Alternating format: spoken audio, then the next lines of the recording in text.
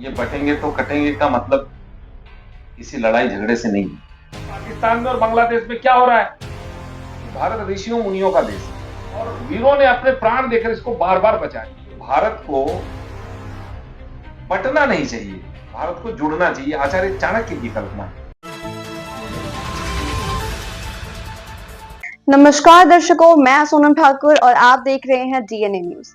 जी हाँ, आज हमारे साथ हैं नरेंद्र स्वामी जी और आज हम बात करेंगे एक ऐसे बयान के बारे में जिसने पूरे देश में हलचल मचाई हुई है।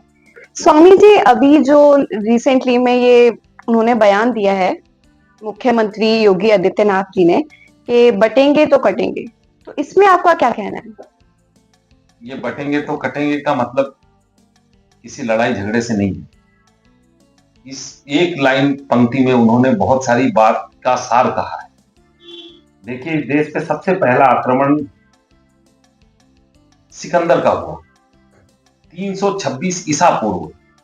जब सिकंदर ने भारत पर आक्रमण किया तो उस समय आचार्य चाणक्य पूरे घटनाक्रम को देख रहे थे।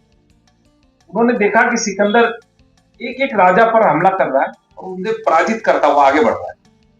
और जब एक राजा पे हमला हो रहा है तो दूसरा राजा उस राजा की सहायता को नहीं आ रहा है।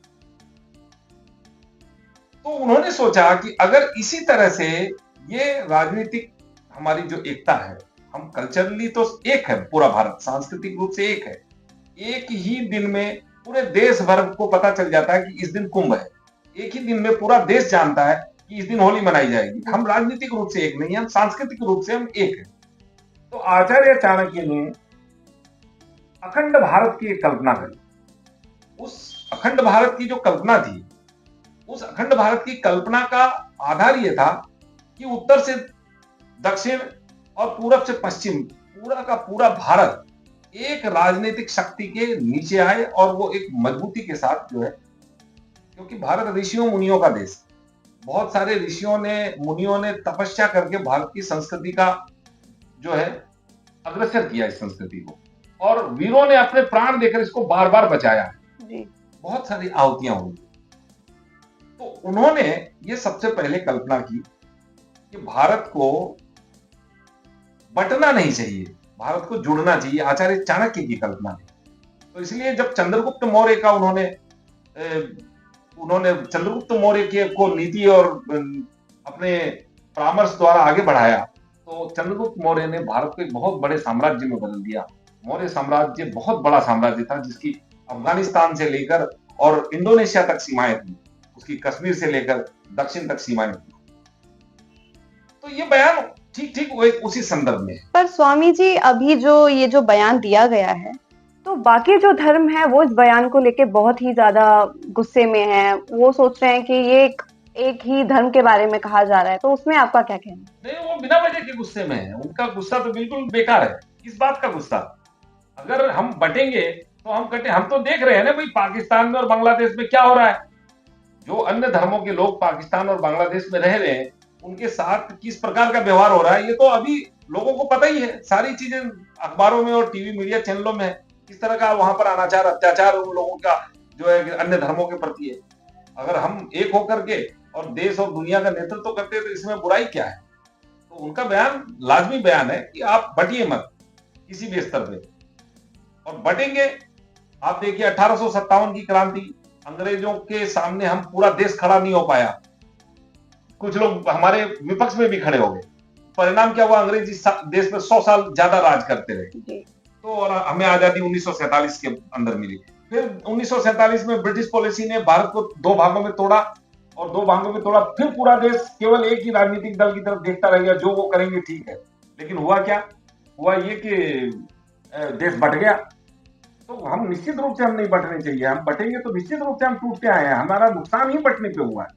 तो योगी आदित्यनाथ जी ने एक ही पंक्ति में सारा सार भारत के जनमानस के सामने रख दिया है कि अगर भविष्य के में आप इतिहास की घटनाक्रमों से सबक नहीं लोगे तो आपकी इस महान देश का, जिसकी 5000 वर्ष पुरानी संस्कृति है, वो संस्कृति आपको नष्ट हो जाएगी इस तरह से। तो आपको ऐसा नहीं लगता कि इस बयान से, ये जो बयान दिया है योगी जी ने, जी तो इसके बाद देश में एक माहौल जो है वो खराब हो जाएगा और लोग बहुत सी चीजें नहीं, करेंगे? किस बात के लिए खराब होगा? कोई कोई खराब होने वाली बात ही नहीं है।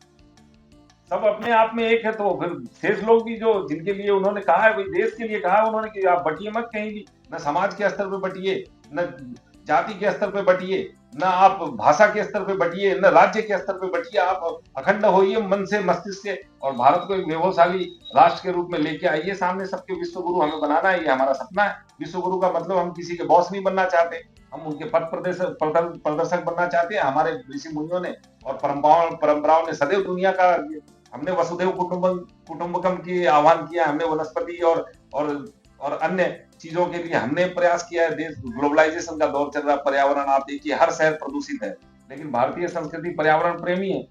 दुनिया के देशों में पर्यावरण को लेकर आप सोच रहे हैं, हमारे पुरखों ने पहले ही कह दिया वनस्पति शांति।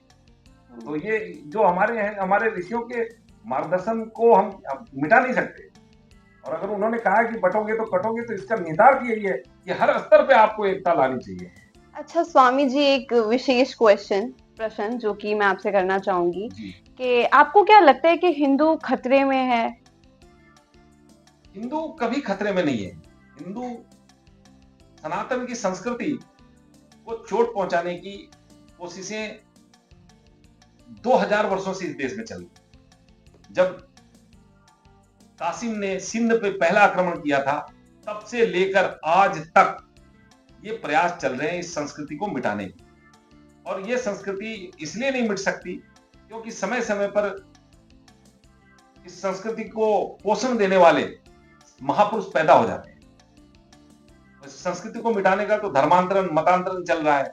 लोगों को धर्म सनातन से तोड़कर अपने धर्मों में लाया जा रहा है। ये तो अभी चल ही रहा है। आप सब लोग जानते हैं, अखबारों में, मीडिया में छपती है, रोज की बातें हैं कि वहां पर ये प्रयास हुआ, वहां पे ये प्रयास हुआ। तो ये लोग कौन है? ये भारत के हितैषी तो लोग हो नहीं सकते। तो जो भारत का हितैषी होगा वो तो मतांतरण करवाने नहीं निकलेगा, जो भारत का विरोधी होगा वही मतांतरण करवाएगा। और अलग अलग प्रकार से हमारे खिलाफ षड्यंत्र तो हो ही रहे हैं, लेकिन समाज चौकन्ना हो गया है। समाज को पता चल गया है कि अब चौकन्ना होने में ही भलाई है। इसीलिए बटोगे तो कटोगे उन्होंने कहा है। तो बटो, अब कोई बटने वाला नहीं है। हमारे विरोधी भी ये जानते हैं कि हम बटने वाले नहीं है। स्वामी जी, आपको ऐसा नहीं लगता कि जो बयान दिया गया है योगी जी के कारण, ठीक है, तो ये एक हिंदू पक्ष को लेकर कहा गया है और मतलब सिर्फ एक पॉलिटिकल चीजों को लेकर कहा गया है? नहीं, कोई हिंदू पक्ष नहीं, कोई पॉलिटिकल नहीं है इसमें। इसमें पॉलिटिक्स की कहाँ आ गई? कोई पॉलिटिक्स की बात ही नहीं है इसमें। इसमें तो शुद्ध रूप से उन्होंने कहा है कि देश को व्यवसायी बनाना है और आप एकता के साथ आगे बढ़िए। आप अपनी संस्कृति के प्रति सजग होइए, अपने मूल्यों के प्रति सजग होइए, राष्ट्र के प्रति सजग होइए, और आप भारत को महान राष्ट्र बनाने के लिए तैयार होइए। मानसिकता को बनाइए कि हमें भारत को एक महान राष्ट्र बनाना है। तो ये थे हमारे प्रश्न के उत्तर जो कि हमें नरेंद्र स्वामी जी के द्वारा मिले। ये सिलसिला जारी रहेगा, तो बने रहिए आप डीएनए न्यूज के साथ।